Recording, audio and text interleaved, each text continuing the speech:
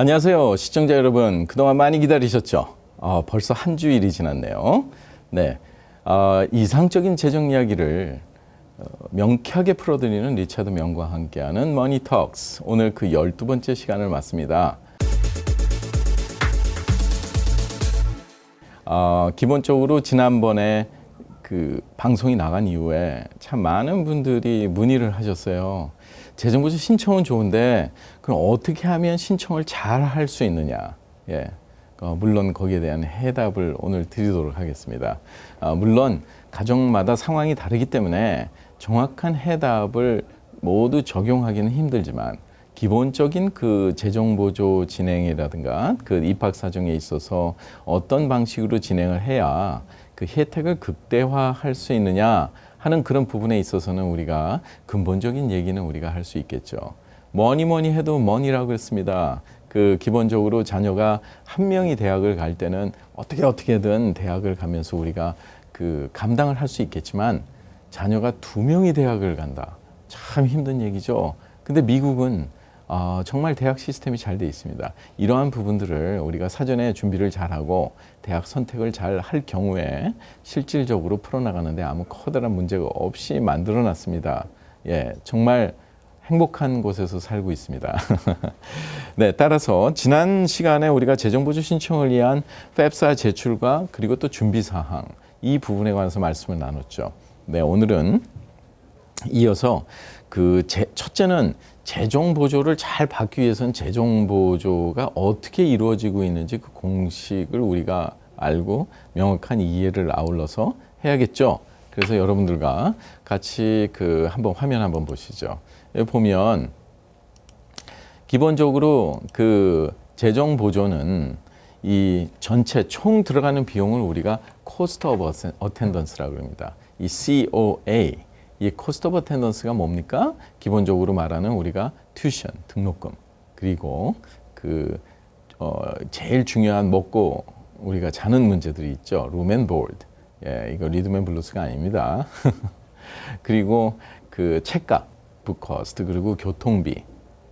또 각종 피들이 많습니다. 우리 UGA 같은 경우에는 거의 한 12가지 정도가 됩니다. 피가 $1,000가 넘죠. 그리고 또 개인 용돈까지도 포함합니다.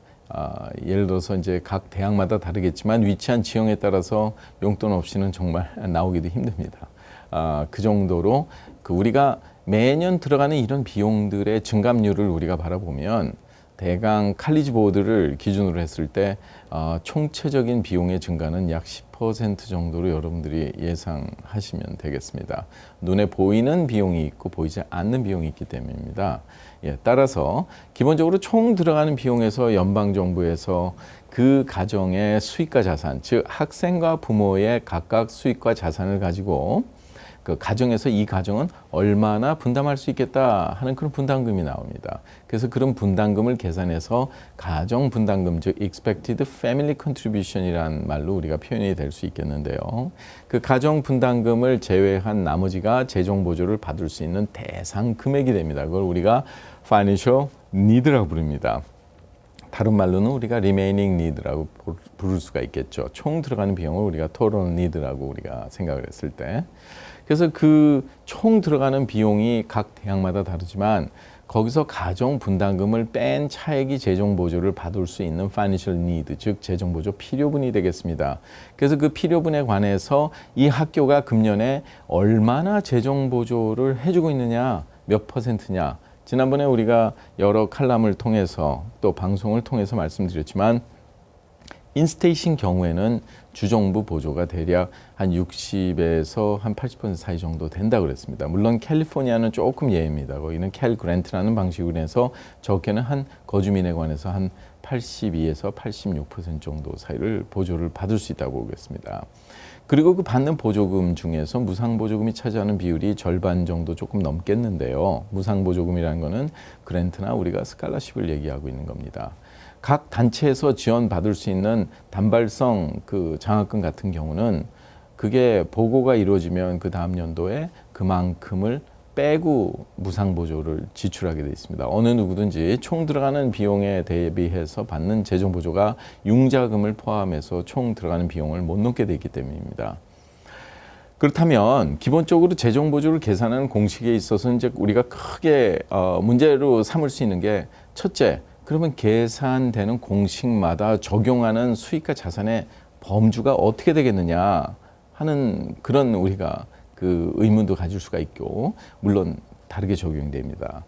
그리고 둘째는 그렇다면 내가 입력을 하게 되는 그런 수익과 자산의 액수를 어떻게 클리어 컷을 할 수 있느냐. 한 예를 들자면 우리가 사립대를 지원하거나 주립대 중에서도 CSS 프로파일, 칼리지 스칼러십 서비스 프로파일을 요구하고 있는 우리가 조지아텍이라든가 칼리지 윌리엄 앤 메리라든가 아니면 뭐 UVA 이런 곳에서 계산하는 기본적인 가정 분담금의 학생의 부모의 그 자산 중에 집의 홈의 몰기지를 뺀 에쿼리 부분이 자산으로 또 포함돼서 계산이 들어갑니다. 그럼 그거는 어떻게 계산할 거냐?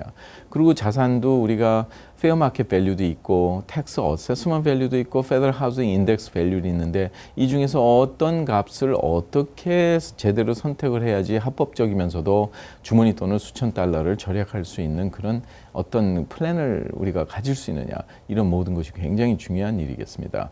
따라서 이 시간에 여러분들께 우리가 말씀드릴 수 있는 이제 여러 가지 부분을 우리가 보면, 첫째는 연방정부의 기준을 생각하지 않을 수가 없는데요.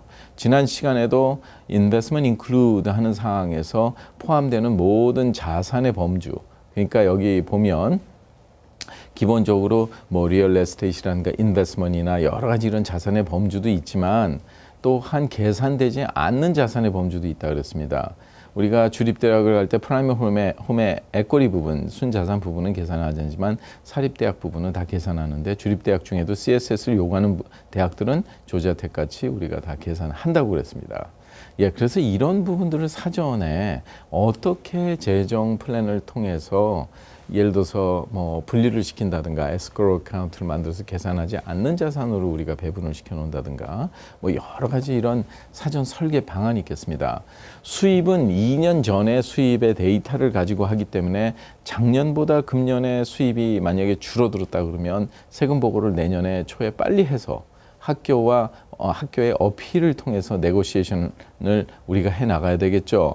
더욱이 거기에 필요한 설명과 아울러서 수익과 자산이 줄어든 내역에 대한 설명, 그리고 입증할 수 있다면 학교에서는 그 데이터를 업데이트해서 활용하기 때문에 합격을 하더라도 좋은 재정보를 우리가 기대할 수 있겠습니다.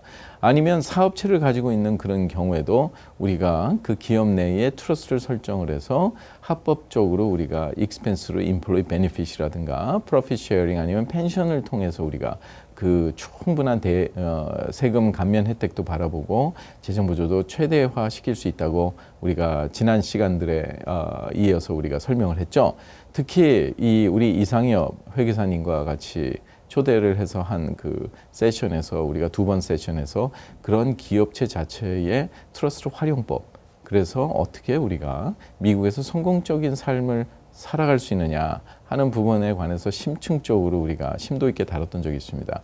물론 너무 많은 분들이 응원을 하셔서 한 번 더 매셔야 될 것 같습니다. 예, 굉장히 아주 그 분야에 대해서는 아주 전문적이신데요. 다시 한번 말씀드리면 우리 이상희 회계사님 정말 제가 존경스럽습니다. 그렇게 하고 기본적으로 이제 재정 보조를 우리가 이해를 해야겠죠. 거기에서 이해를 하는 데 있어서 이게 계산되는 자산과 계산되지 않는 자산들의 그 내역이 있다고 제가 말씀을 드렸어요. 우리가 이렇게 구분을 해보면 기본적으로 가정 분담금을 계산하는 데 있어서 이 붉은색으로 표시된 이런 부분들에 대한 모든 수익과 자산은 굉장히 많은 불이익을 가져옵니다.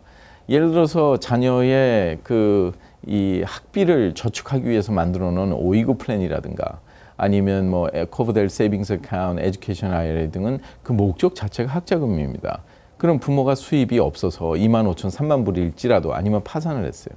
하지만 그 목적 자체는 학비 사용이기 때문에 일반 같은 액수의 자산이 있을 때보다 거의 500%가량 가정 분담금을 올려줌으로써 재정 보조를 잘 못 받게 만들어서 계산돼서 나오겠죠. 따라서 그 저축한 금액을 쓰지 않을 수 없게 만들어 놓은 게 미국의 현실 법입니다. 따라서 여러분들께서 이런 자산이 있거나 여러 가지 한 경우에는 기본적으로 문제점을 먼저 해결을 하시고 재정보조 신청이 들어가는 게 좋겠는데요. 물론 그 명확한 답을 드릴 수 있습니다만 그 모든 것이 개인적인 정보이기 때문에 이 시간에는 제가 구체적인 방법으로 결론을 바로 드리기는 힘듭니다만 그런 문의가 있으신 경우에는 저한테 연락을 주십시오. 예, 그 언제든지 명쾌하게 답변을 풀어드리겠습니다. 중앙일보 그 금요일 교육 섹션을 통해서도 지난 한 10년간 제가 칼럼을 통해서 이런 내용들에 관해서도 많이 기고를 했는데요. 금년도에도 조금 변동사항은 있습니다. 여러분들께서 문의사항이 있으시면 언제든지 연락 주시고요. 특히 여기 나와 있는 내용 중에 untaxed income으로 간주되는 부분이 있죠. 401k나 IRA나 Roth나 SEP IRA나 이런 거는 1040이라는 개인 세금 보고서의 모든 것 그리고 W2 선상에 나오기 때문에 IRS에서 DRT라는 방식으로 그 모든 데이터가 연방정부 FEPSA로 넘어오게 되는 과정에서 대학들이 이 모든 데이터를 다운로드 받게 돼 있습니다. 따라서 이런 컨트리뷰션 자체는 선택사항이죠. 내가 선택을 할 수도 있고 안 할 수도 있기 때문에 그렇게 해서 실질적으로 해서 하신 경우에는 제공받은 세금의 혜택이라든가 은퇴연금 적립금이라든가 이런 모든 혜택의 실질적인 부분만큼 가정분담금을 엄청나게 올려줌으로써 여러분들께서 실질적으로 하나도 혜택을 못 보게 만들어 놨습니다. 더욱이 그런 선택사항이기 때문에 한 예를 들어보죠. 어떤 분이 second property, 그러니까 investment property가 있다고 간주를 해보죠. 이거는요, 뭐 원래 깡통주택이에요. 왜냐하면 다운페이를 5%밖에 안 했고 여러 가지 물론 그 5%를 한 다운페이 자체는 자산으로 간주가 돼서 연방 공식에서도 계산이 되고 또 하나는 렌탈 수입이 있는데요. 몰게지가 페이먼이 나가는 게 더 많아서 거기서 마이너스가 나오고 있어요. 예. 우리가 동정할 수 있는 그런 현실 상황이지만 재정보조 입장에서는 어떻게 생각할 수 있냐면 그 렌탈 수입이 들어온 건 수입이냐지 않겠느냐 말이죠. 그러나 그 수입을 내가 몰게지를 갚을 수도 있고 학자금을 쓸 수도 있는 선택사항이란 말입니다.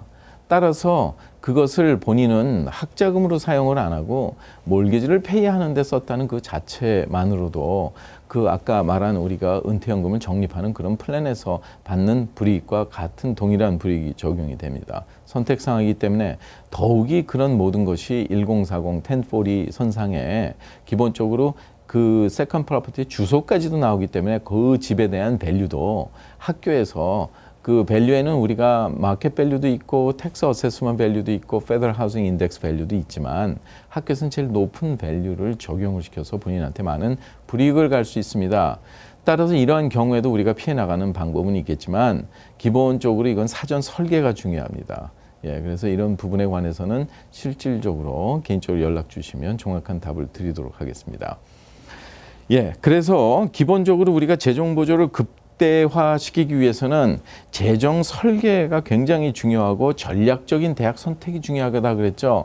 아무리 수입이 높고 자산이 많아도 대학에서 지원자가 꼭 우리 학교에 등록을 해줬으면 좋겠다 하는 선호하는 학생이 될 경우, 즉 preferred student이 되면 기본적으로 그리고 또한 대학이 이 지원자가 다른 대학도 지원을 했지만 자신의 대학보다 훨씬 더 많은 재정 보조를 지원하는 대학이라고 가정을 했을 때는 어떻게 해야죠? 장학금 한 푼이라도 더 꺼내줘야죠. 예. 그래서 재정 설계도 굉장히 중요하지만 대학 선택에 있어서 사전 설계는 더욱더 중요하다고 보겠습니다. 그리고 또한 사전 선택은 어떻게 합니까? 재정 보조를 잘 주는 대학만 해야죠. 아웃 오브 스테이트의 비거주작비가 적용되는 그런 대학은 주정부 보조를 받을 수 없기 때문에 아무리 잘 받아봤자 50% 이상 받을 수 없습니다. 등록금은 거의 3만 불 가까이 높은데 말이죠. 그래서 대두 진학을 못하는 경우가 많습니다. 따라서 우리가 현명한 판단, 전략적인 대학 설계와 대학 선택, 그리고 보다 효율적인 애플리케이션과 에세이를 잘 마련함으로써 그 대학의 입학 사정 요소를 잘 이해를 하고 그 요소마다 가장 중요한 팩터를 알아서 예전 시간에 말씀드렸던 텍소노미 잘 기억하시죠? 제출해준 모든 정보가 점수로 바뀐다 그랬습니다. 그걸 잘 활용을 할 수 있는 우리의 현명한 부모와 자녀분들이 되기를 바랍니다. 다음번에는 그 사업체와 재정부조 설계 방안에 대해서 이어서 말씀을 드리도록 하겠습니다. 감사합니다. KTN 머니톡스는 학자금 무상 보조의 모든 것 AGM 인스티튜트 제공입니다.